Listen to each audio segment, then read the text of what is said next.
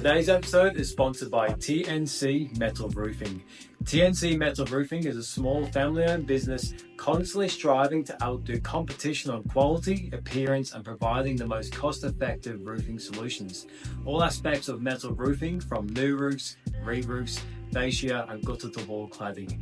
With many builders and private clientele, they are slowly growing to be the next big contender in North Brisbane. TNC stated they are loving the work One Talk does throughout the community and beyond, highlighting mental health is a major thing and often swept under the rug within the building industry, and they want to make it a topic.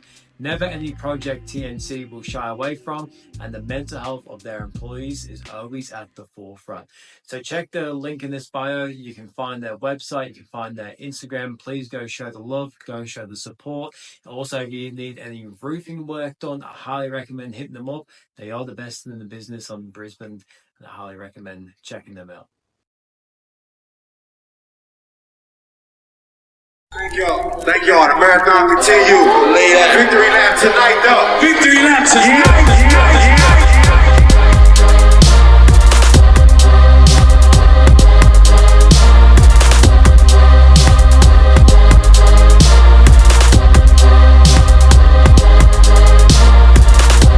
Welcome to the One Talk podcast with Ryan McCarthy.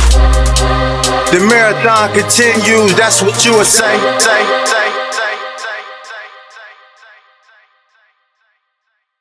Welcome to the One Talk podcast, Kirra Ruston. How are you, brother? Feeling good, thank you. Thanks for having me on. No worries at all, man. Thanks for coming on. I'm really pumped for today's episode. I think we were talking about before the podcast, like there's loads of elite great fighters coming out of Australia, and you're definitely one of them. I was with one of my mates last night, and we went to the Euro shop to get a couple of donuts, as a late night snack. And I was speaking to him now about a podcast happening today, and he's like, "Oh, who's your podcast with?" And I was like, "Oh, Kirra Ruston." And he said two things. He goes, "I think number one, he's probably got the lowest body fat percentage of all boxers." And he's like, and he's like, number two, he goes, he's one of those fighters where you can see he's going to collect a lot of belts in his career. So when you hear things like that, is that a part of your vision, like collecting as many belts as you can across, I guess, the next 5 to 10 years? Yeah, I think especially with that part, you hit the nail on the head because after getting my first belt and the Australian title, that definitely started that motivation a little bit more, and something I've always looked forward to in the pros, being an amateur, is to get those belts. So after getting my first one, it's just got me hungry for more. Yeah, that's it. As soon as you get a taste for it, as soon as you have like a bit of an entree, you're like, where's the steak at? Yeah, it's probably the same with the belt. You get the Australian light heavyweight, but then it's like, all right, no one in the world. And then after that, it's like, I want to go unification. Yeah. And just building the steps. But as a professional fighter, like, how far ahead can you actually view your goals? Because obviously you've got to have a vision, but also you probably don't want to get too caught up in the future because what you do now is going to get you there. So I guess, how do you keep yourself balanced in focusing on now, but also having the vision? Yeah, well said, because I'm asked that question a lot, and obviously the top goal for I would say any athletes is to get the world title. It's to get to the top, or what's the highest point you can get to. But yeah, trying not to get too far ahead of myself. I feel like the way there is to take those small steps and achieve those small goals. That way, it also doesn't seem so far away too. If you've always got something in front of you to look forward to and push towards, it makes those steps a lot easier, and the climb a lot easier as well. Not seeing it so far away, and it excites me too. Having little things to work on and improve on, whether it's in the gym or like an achievement, a goal to get this many fights. Those are the things that drive me every day in the gym. It's a great mindset, because when you have big goals, I think a lot of people sometimes along the way forget about the little goals that get you to the bigger goal. And it's like those 1% that you can do every day to improve. And I'm sure, after every fight, you're picking parts of your last fight. Like, even though I won, even though I knocked that dude out or did this, like, there's still so much more improvement I can do for my next fight to put on a better show. But I guess along that journey too, how do you keep yourself balanced? And also, I guess, because I'm thinking about when you are setting goals and you're chasing purpose and chasing the mission, I guess, how do you find balance on the other side of life of embracing your own personal life as well as professional life? Yeah, I feel like that's a good question again too, because I think it's a constant juggle of trying to balance those things. And when you've got such a big goal, you do need to make sacrifices. And thankfully, boxing is my passion, and I know that for sure. I love the sport, and I've had to juggle it a lot, especially in my amateur days with studying, with work, and other commitments. It was a tough thing to do, and I'm lucky enough now, thanks to all the support of my team and sponsors, where I'm in a place where I can focus solely on boxing, and I'm so grateful for that opportunity. But it is, a bit of a juggle still with everyday life things and social commitments and all things outside of boxing too, because you do need to have a little bit of a life. Most of my life is boxing at the moment, and I love it, but you do need those things to kind of take you away from the sport, because I know that they do refresh you, reset you, and you're actually able to apply yourself better in the sport. And like I said, it's a constant battle and balance. I know when I'm pushing a little bit too hard in the gym, I'm listening to my body and trying to take away and take the time for friends and family and catch-ups like that. It's just making the time for it and periodizing it. So obviously I'm not going to be going out and hanging out with friends so much in the lead up to a fight, and I've got time to do that 1 or 2 weeks after the fight. It's like knowing when to lock in. Yeah, exactly. It's also good knowing as well, like when you are pushing yourself too hard, because some people can have the mentality of, I've got to push through, I've got to work harder, stay hard, But the thing is, you got to know your limits as well, because I'd assume you'll probably have a better perspective on this than me, but recovery is probably just as important as training. Yeah, and I think we're learning that more and more with science that's coming out. And just listening to your body, I feel like no one's going to understand you or your body as well as you do. And of course, you need to listen to those people that care about you and have your best interests as well. But it's like, listen to your body. And I think also from being in the sport for so long, you would have a pretty good idea of how your body responds to training and recovery and rest. And just to remind yourself that you do know what you're doing sometimes. But you've been in boxing now for like 13, 14 years? Yeah. Because you started at 14, I believe. Yeah. And then now you're 27, 28. Very good. I've done my research. Yeah. So I guess over that time, you really do, understand yourself on a different level. And I think that's one of the beauties of boxing, or like an individualized sport, is that you give yourself the opportunity to look within and to look at yourself and to reflect.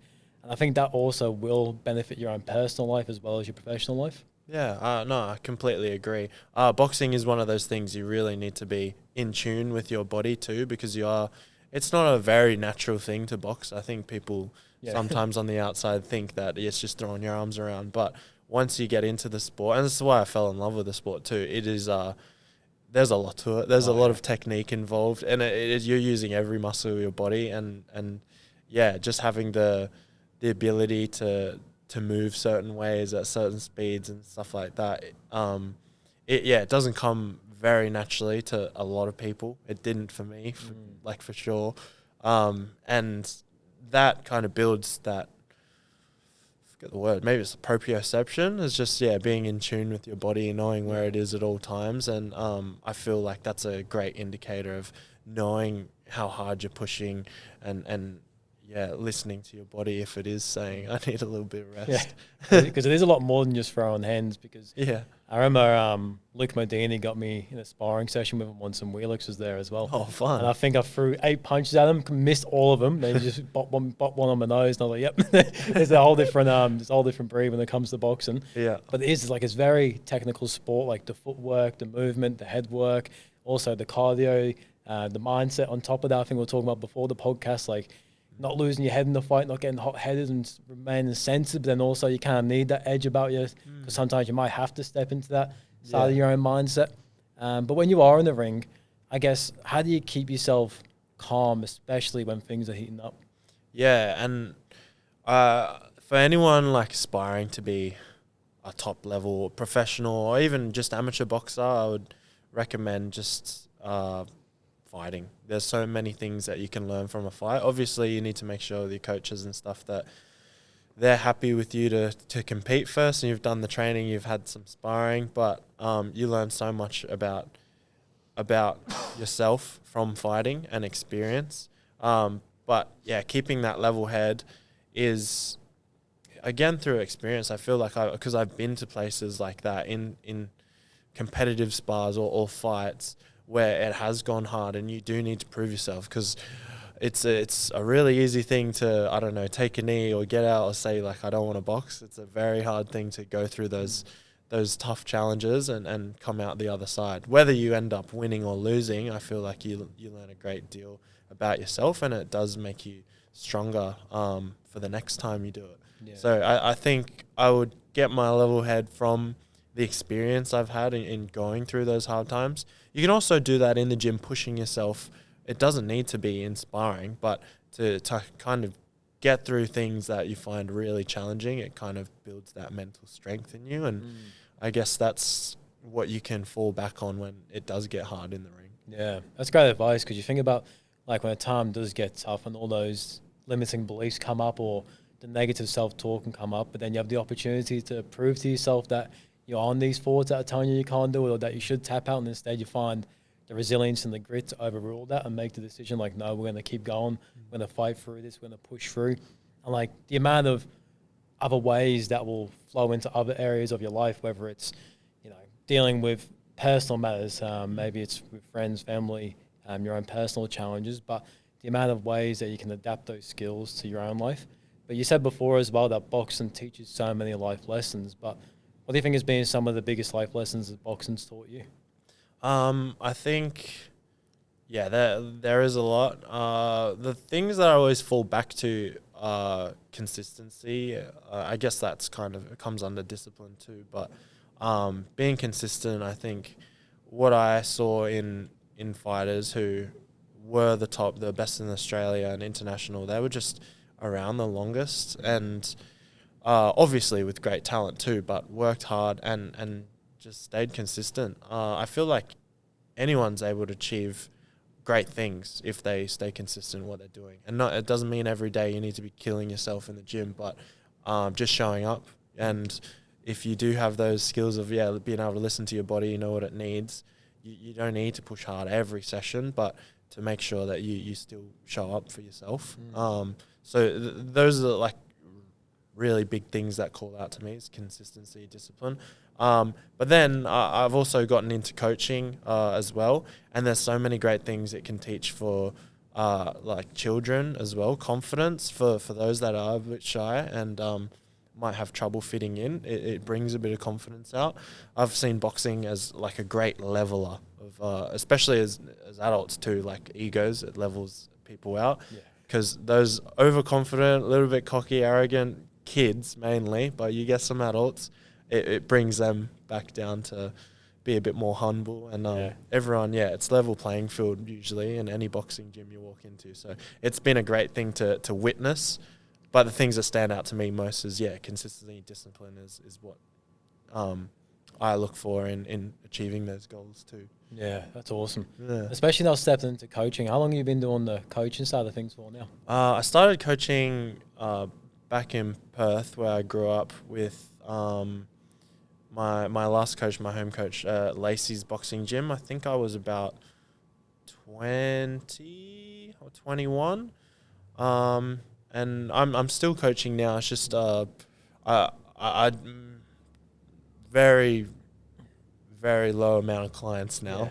It's just the ones that I enjoy doing because the full focus is my boxing. But I enjoy coaching so much. It's something I can definitely see myself getting into after fighting too. That's awesome. So like about 6-7 years I think I've been doing it now and loved it. I probably loved it a little bit too much in the beginning because it did take away from my own boxing. And that was another thing I was juggling with, is because it is, as much as I loved it, it takes a lot of energy from a coach to give to clients and other boxers.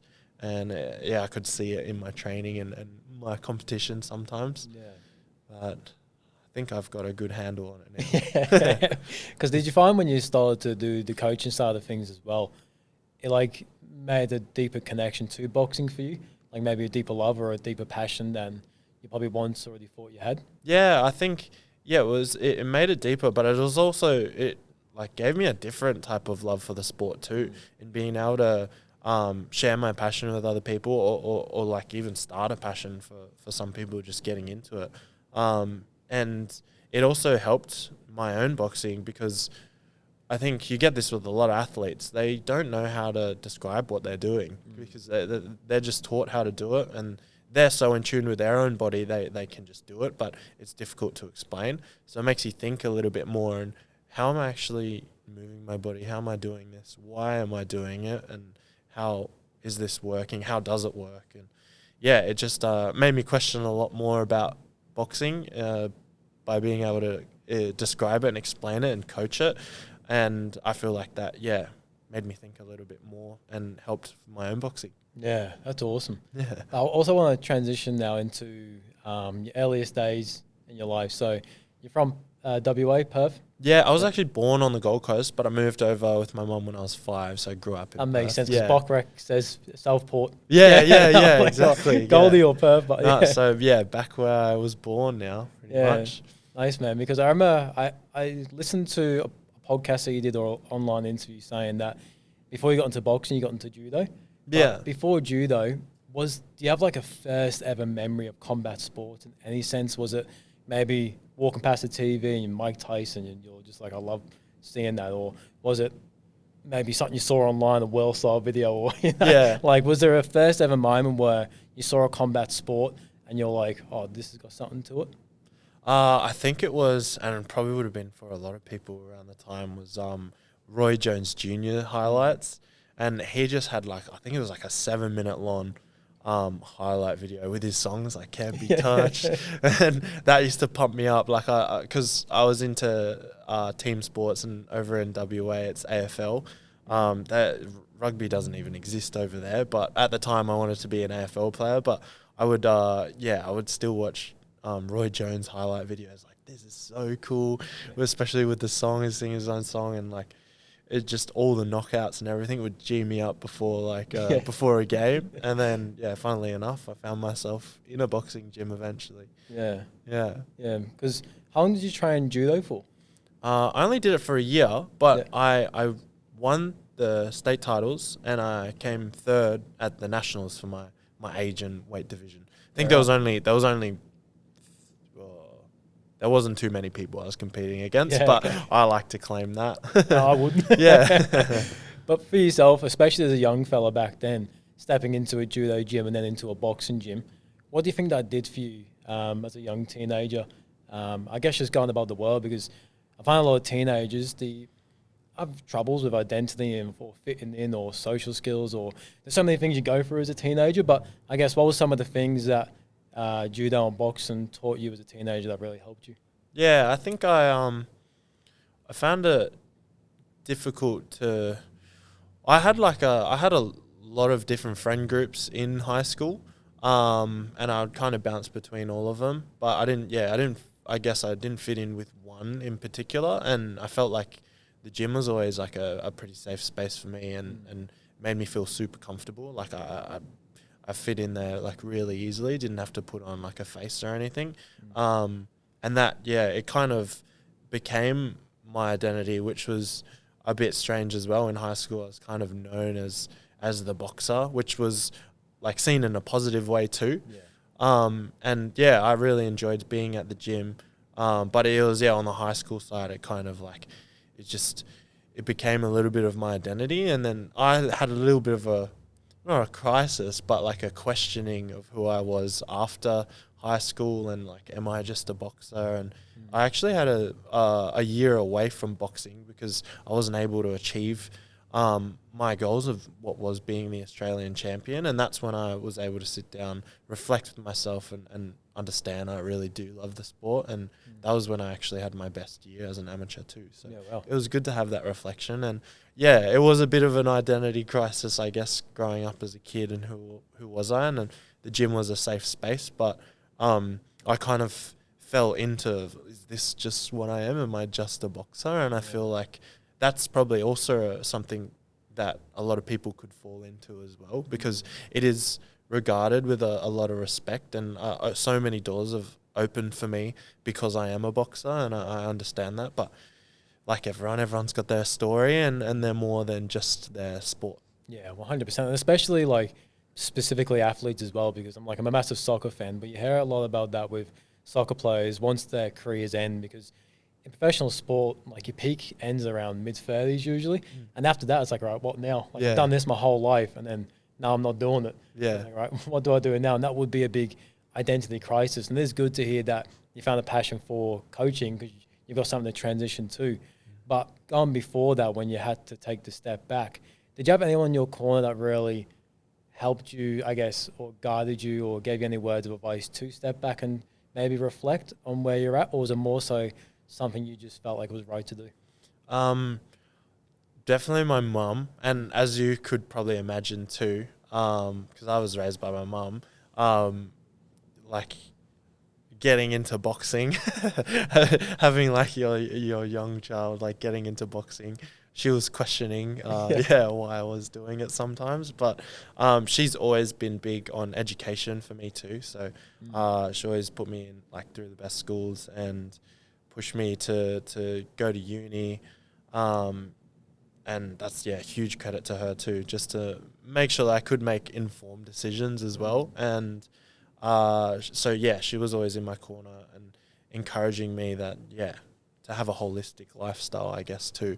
Boxing was always calling me, and like my coach at the time was very persistent too. Like if you miss one session, be on the phone, where are you? What are you doing? Da da da. But she was always able to be there for me and step in when it was getting a bit too much to prioritize other things when they needed to be, which is awesome.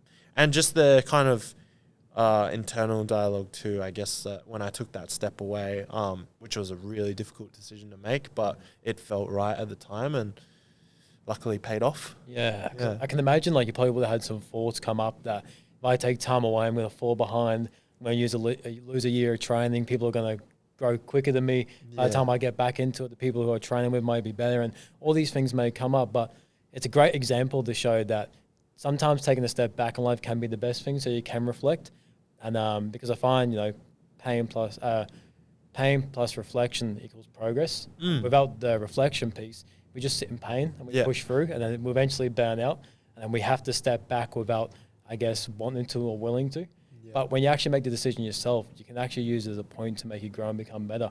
And I love that because it's a good example for people listening. And there's heaps of examples like that. Like you look at Tyson Fury when he had to take a step back for his mental health and everything that he was going through, and then you see his comeback too. Sometimes taking a step back can be the best thing for you. Yeah, and I think it's just knowing yourself too. But I did the opposite of that. What was it? The pain plus reflection equals progress. Yeah, pain without reflection at first and burnt out. So that was when I was doing too much. And sometimes you need to learn those lessons too.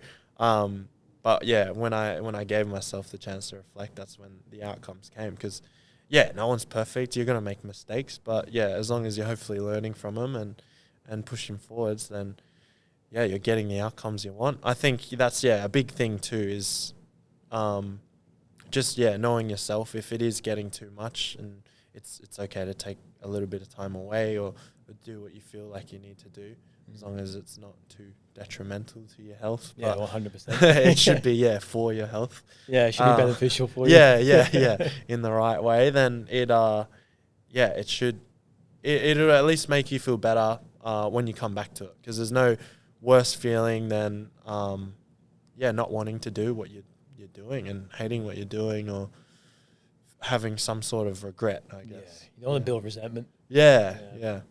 But stepping back into it, because before you had the break, you wanted to have the aspirations of being an Australian champion. Coming back into it, I'm assuming you had the same goals and aspirations as well, but was the story you're telling yourself different this time around coming back compared to beforehand? I think it was actually, and it changed to it wasn't so much outcome and achievement driven, I guess, because I think that was the goal for so long, is to make the Australian team, and I put a lot of emphasis on that. And coming back, I guess, having the reflection of loving the sport, I started to focus more on those little goals to get that achievement. It was always there in the back of my head, And this is probably how I still look at those things now, is just enjoying the journey, learning those little things. And that was actually, I had just joined Lacey's, my home coach there, and he's just got a wealth of knowledge. He would come in to sessions and do pretty much science experiments with us, like, oh, have a look at this. Or he's had something drawn up on the board or on the floor, like, we're going to try this today. And I loved it. Like, I thrived off just learning and trying things and seeing if they work. Most of the time they did work, and I was able to apply it in fights too. We did a drill. It was 4 right hands in a row, and I literally did that in a fight, and it stopped the opponent. It finished off with a nice left hook, and got him out of there. But having that trust also with your coach is definitely what helped. And that year, I feel like that year I had the most fights I'd had in a year. I think it was about 18, which was great for my development. And I was just enjoying the whole year, coming back feeling fresh, learning and applying in each fight. And I eventually went on to win the national title finally, and I won best boxer of the whole tournament too. Oh, wow. That was for the Olympic qualifiers for Tokyo, which was awesome. That's unreal. Yeah. What did that do for you in terms of confidence and belief with, I guess, your ability in boxing? Oh man, it was like the best feeling I've like ever felt, because, and I still go back to that feeling as one of the best things, because it was the goal for such a long time, and I wasn't focused on it as heavily and putting so much on it this time. I was just focusing on the journey and enjoying it, and still putting in the work and applying myself. But to actually have it happen was it was crazy. It was such a great feeling. I feel like it brought a lot of confidence, and it just showed me that like this is the way, I guess. And I've continued that way since. Yeah, I can imagine the effect it would have had on your family as well, especially your mum being one of your biggest supporters at the time as well. I can imagine like seeing her son, her little boy, going to achieve these things and making these statements. Like, what a moment that would have been when you got back home and like was actually able to celebrate it with your family. Yeah, exactly. It didn't sink in for a while, but I think once I'd gotten back and it was like just my group around me that was so happy for me. That's when it was kind of sinking in a little bit more too. And such a great feeling. It just made me want to continue it, really. I didn't want to rest, but I know it's important. So you still, I think it's sometimes that's another thing for athletes too. Sometimes they don't want to rest. They just want to keep training, but it's almost, that's their tough training session is the rest. So you still got to set that time for yourself to give your body that rest that's needed. Yeah, getting comfortable in the calm. Yeah. But with that national title, was that like a big springboard to your vision of potentially one day becoming a world champion, or did you have that vision beforehand? That was the vision beforehand. As an amateur, the Olympics was always the goal. And it was not only just to get to the Olympics, it was to become a world champion there too. But I think, I set the goals short term, and like I said, small step. It's always been the ultimate goal, and it's just taken the steps to get there. But that was, like you said, big springboard to that goal and achievement. And unfortunately, I didn't get there with the Olympics because the first time was, COVID happened. And because I wasn't on the international scene, I wasn't ranked internationally. Because we didn't have the chance, we had one qualifying tournament where I fought the number 1 seed and did quite well straight away, but lost on a points decision.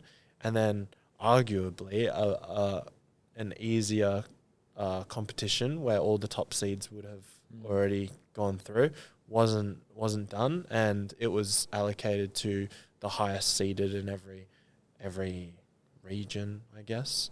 And I wasn't ranked internationally yet because I'd never made the Australian team. Yeah, so right. missed out, unfortunately. Yeah, because that's like, to be honest, that's another like obstacle along the journey of the recent years for fighters, because now COVID's over, we kind of forgotten about it. Yeah. But professional athletes, specifically boxing as well, like it did stall some development for people and also stalled some people's prime ages of their career as well.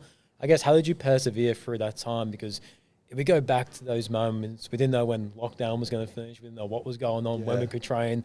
If we could train, there could be 4 people in the gym. Like, it was pretty crazy. But I guess, how did you persevere through that to, I guess, not lose focus, but also stay dedicated and committed? Yeah, that time was honestly like one of the hardest times because I feel like I just hit the peak, like the highest high as well.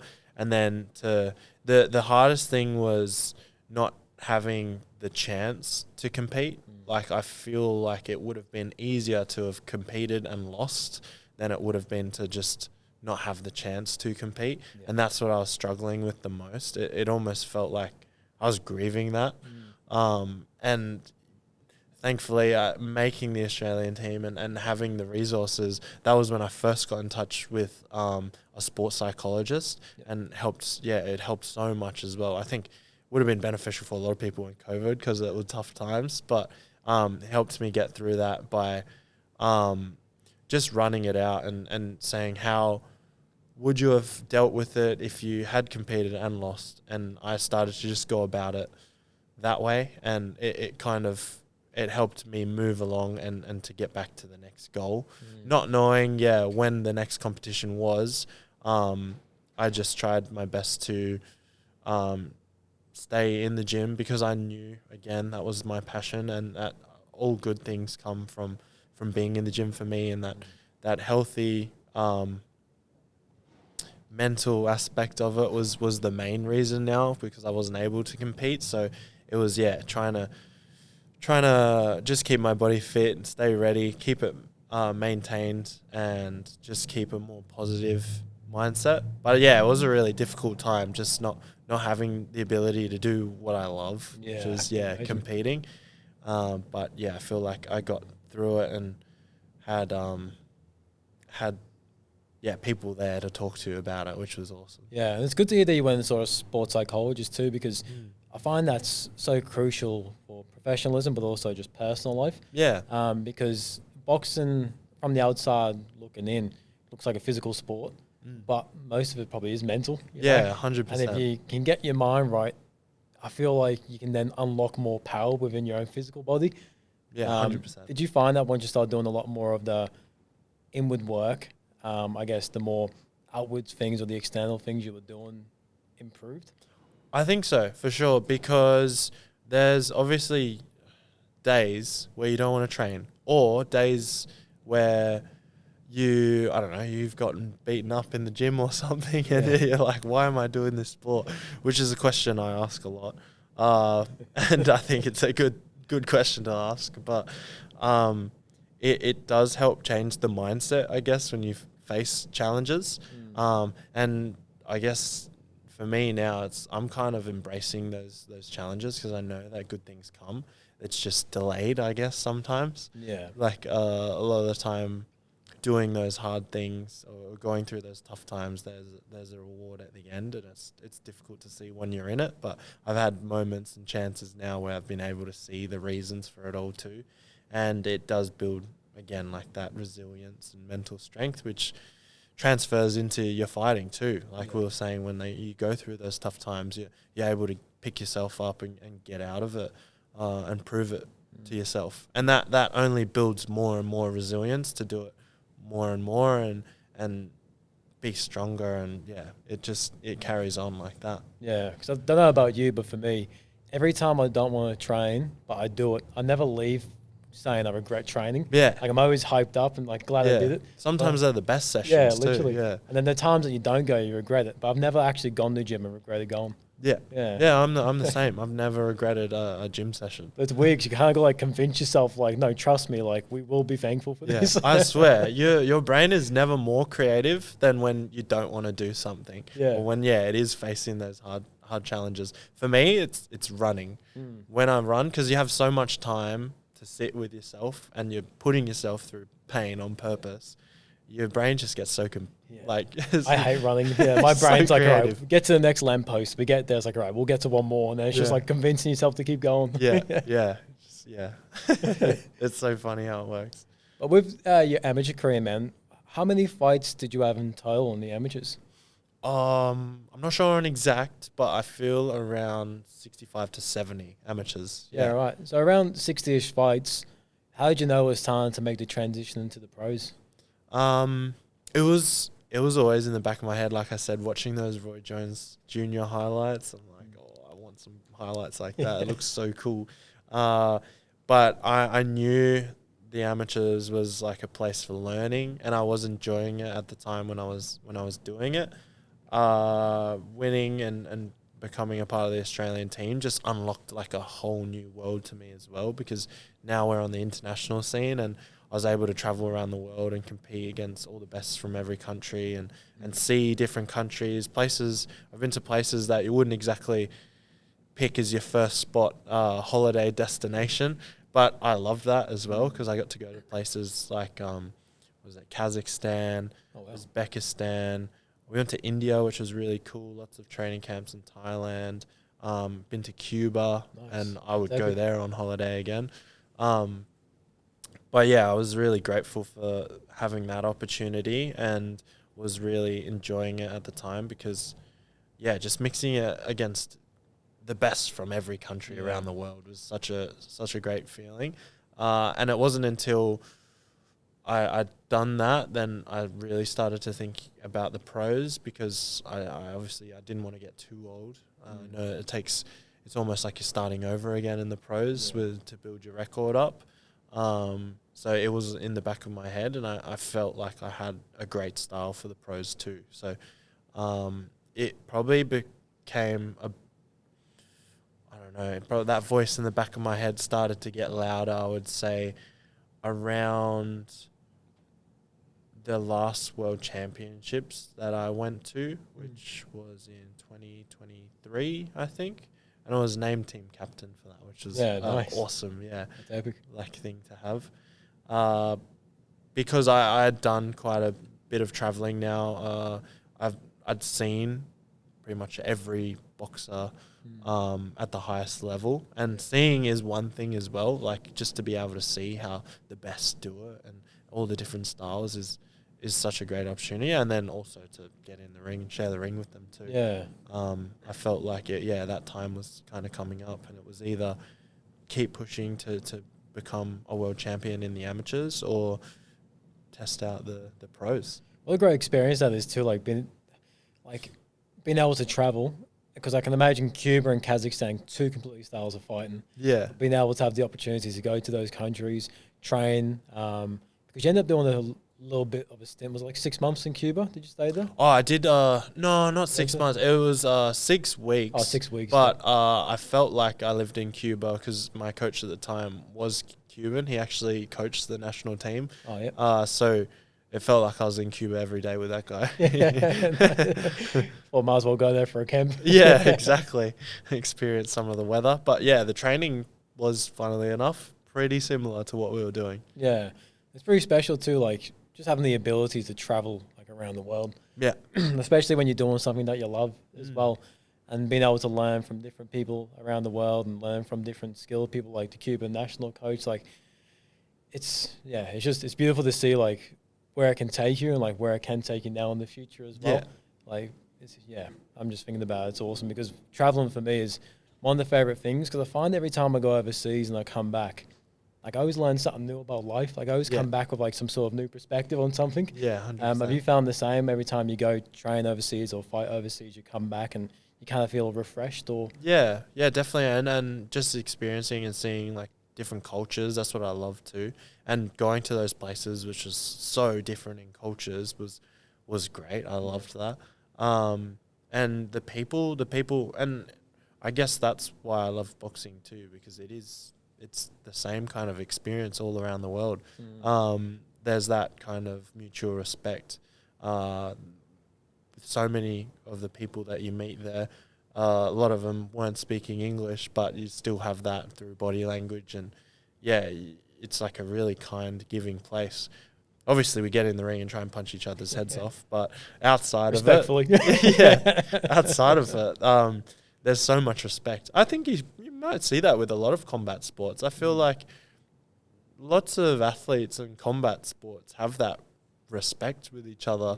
It's usually the non-contact sports where they can get a bit narky at each other and stuff, because maybe they don't have that outlet to get the aggression out. Yeah. It's true. Cause sometimes, like with blokes, like if you have like a fight, they can make them a bit closer in the bond or best mates in a way. Like it's kind of weird how that works. Oh, I've made a lot of mates through punching on. But that probably is why it's like that in team sports, because they don't have the opportunity to do it. Maybe we should bring that into soccer and AFL. Bring it back. give them some time where they can. They throw their gloves off. Yeah. But in your amateur career, like dealing with a couple of losses, how did that frame your mind in terms of dealing and coping with a loss? Because some people could take a loss as the end of the world. I guess, how has that shaped you? Yeah, I think it's great for everyone to experience some losses, and I'm sure most people do in life. Yeah. But I think I won my first 7 fights, and it was, I think at Nationals I lost for the first time, and that's when I took it to heart, and I was like, what am I doing? I'm not made for this sport, and all those doubts kind of creeped in, and it was really intense feeling, because it was something I'd never really had. I always taken up sport quite naturally, and boxing was one of those things that I enjoyed because it was difficult and I was doing good at it at the time. And I took it horribly. In the beginning I was definitely crying and questioning whether I continue the sport, but I'm so glad that I didn't, and got back on and continued to compete. And I feel like every time I lost from then on was obviously a lesson. You learn a lot about yourself and being able to pick yourself back up and just compete. But I feel like the loss was also a little bit easier to deal with. And I guess, again, mindset is changing it to lesson. It's a lesson. As long as you can see where you went wrong and improve in some way, then you should be able to get over the fact that it's a loss. Also, I think I started to focus more on performance, or the things that I was learning before the fight. So if there was a certain skill that we'd been working on in the gym, that was something that was my goal and driver for the fight. So it wasn't so much achievement based, it was more kind of performance based then, and which I think is a good thing too, because there were some fights that I won but didn't perform very well, and I wasn't super happy about it, and it made me work on those things still. So I still got something to work on after a win. Yeah. Today's episode is sponsored by TNC Metal Roofing. TNC Metal Roofing is a small family-owned business constantly striving to outdo competition on quality, appearance, and providing the most cost-effective roofing solutions. All aspects of metal roofing, from new roofs, re-roofs, fascia, and gutter-to-wall cladding. With many builders and private clientele, they are slowly growing to be the next big contender in North Brisbane. TNC stated they are loving the work One Talk does throughout the community and beyond, highlighting mental health is a major thing and often swept under the rug within the building industry, and they want to make it a topic. Never any project TNC will shy away from, and the mental health of their employees is always at the forefront. So check the link in this bio. You can find their website, you can find their Instagram. Please go show the love, go show the support. Also, if you need any roofing work done, I highly recommend hitting them up. They are the best in the business on Brisbane, and I highly recommend checking them out.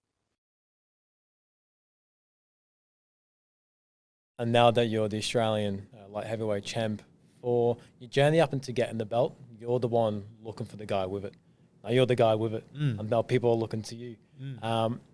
Does that add a different level of pressure? And if so, how do you handle it? Yeah, I think it does, because, and I feel like almost it, I guess it's, everyone's different, but you can almost have more pressure being the champ and having those people coming for you now. I guess it's less expected for the ones coming up to the top. But I love it. And I know from past experiences, I always perform better under pressure because those what ifs, they come into my head, and they're more motivators for me too.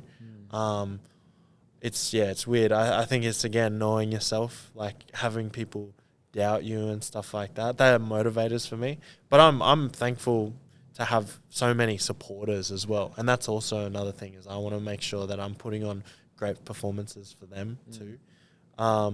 But yeah, now that I am the Australian champ, and there are quite a few people that want to fight me now, which is exciting.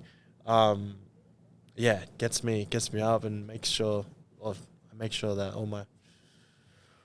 all my training sessions are preparing for that, I guess, for those people that are coming to take my place. Yeah, being ready. Yeah. All right, bro, I've got 2 last questions for you. The first one is, having these people show up to your fight nights, showing up on social media, your fans or your supporters, what do those people mean to you? Oh, everything. I mean, that's honestly what's getting me, and will get me to the top as well. I think you see, especially now day and age, it is more about social media presence and exposure too. Obviously talent, you need to be able to put on a good show and impress.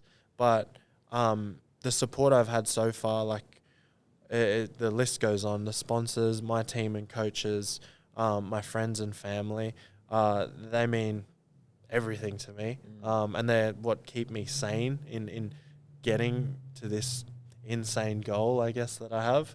And all new fans and supporters that are coming along on the journey with me, I'm so appreciative too, and I just want to be able to share that as best as I can with them all, and bring them all along.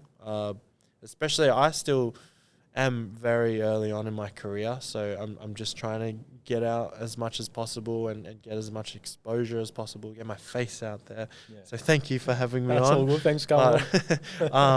I think that's such an important thing that athletes need, and I'm so grateful to have already such a big following and support in Australia. I want the ideal scenario is to get Australia on my back and to take it internationally and represent Australia well, or even better yet, bring those international fights and world title fights back to Australia and compete on home ground, which is the ideal scenario for me too. But I want to make sure that I can represent this country well, like I have done in the amateurs, and bring it on a bigger scale now. I love that. Pack out Suncorp. Yeah, 100%. Or the MCG, go for it. Yeah, let's go. But like, do you remember your first time, like a fan or a supporter, like randomly approaching you, didn't know the person? Like, that would have been a surreal moment for you, probably like really validating. Probably just like meeting people out and people saying hello to you. Like, remember those first times that you had those interactions? Yeah, and it still surprises me when it happens. It's a big spin out because I don't know, I'm just me, and I will continue to be. But I love those interactions as well with people that, and then they can tell me a little bit about their story too, and why they're following me or where they saw me. Like, that stuff, I love to hear it. So yeah, anyone that kind of approaches me out in public for whatever reason, just to have a conversation, for a photo, started doing some signatures I need to work on, but it brings me a lot of joy, and I just hope that I can give that back to them in some way as well. And that's why when I'm fighting, competing, and taking people along on the journey with me, I want to make sure that they're getting something out of it, they're getting entertained, or they've got some sort of connection with me as well. The more I do it, the more connections there should be, hopefully. And then bigger impact you can make. It's a great feeling, and I'm stoked to have this life. 100% blessed. But my last question, man, is how do you define success? How do I define success? Well, I wouldn't always say success is achieving the goals you've set out. I feel like, and through my journey in boxing, it's it is enjoying the journey. It's finding that passion, if you have any sort of interest or passion, and pursuing it, and enjoying the ups and downs of it all. Like I was saying, that mindset of turning those mistakes or challenging moments into things that are going to build you in some form or way. It just might be later down the track. So being able to appreciate even the challenges that come in life, because I know that we're all going to get them, embrace the journey of this crazy life we're all living. Yeah. And if you do have that passion or interest, continue to pursue it, because there's no worse feeling than regret, I think. And I think at the end of the day, you're going to be feeling a lot better for following that passion and dream or interest than having wondered what if. So whether you're achieving those goals or not, I feel like you're successful for pursuing the things that you enjoy in life. Well said. Yeah. Kirra, I just want to say thank you for coming on the One Talk podcast. I appreciate your time. Me personally, like, I'm a big supporter of you, man, and I'm really keen to see where the journey takes you from here on out. Yeah, thank you. Thanks so much for having me. All good, Loved bro. it. Cheers. Cheers.